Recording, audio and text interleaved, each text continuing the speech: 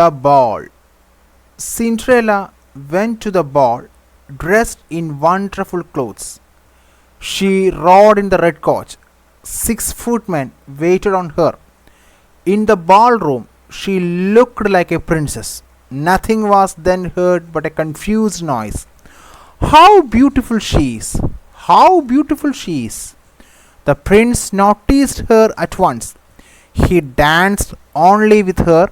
Her sisters were now jealous of her, but they did not recognize Cindrella. She went on dancing and forgot about the time.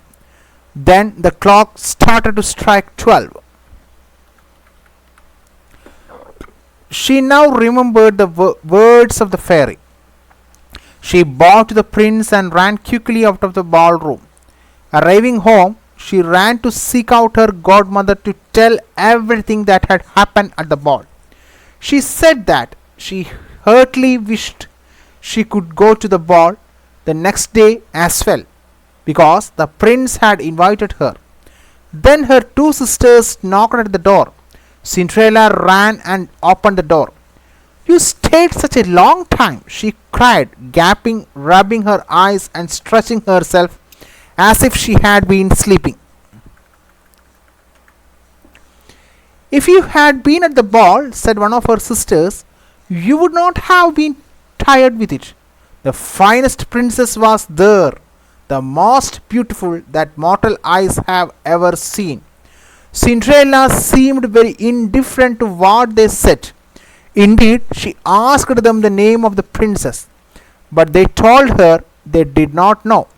Cindrella, smiling, replied, "She must then be very beautiful indeed. How happy you have been! Could not I see her?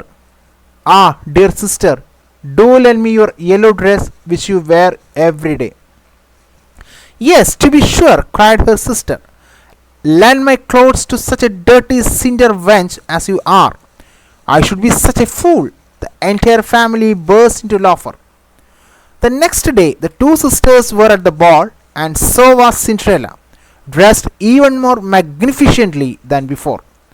The prince was always by her side, and never ceased to give his compliments and kind words to her. Cindrella forgot about the time. She thought that it was not later than 11 when she counted the clock striking 12.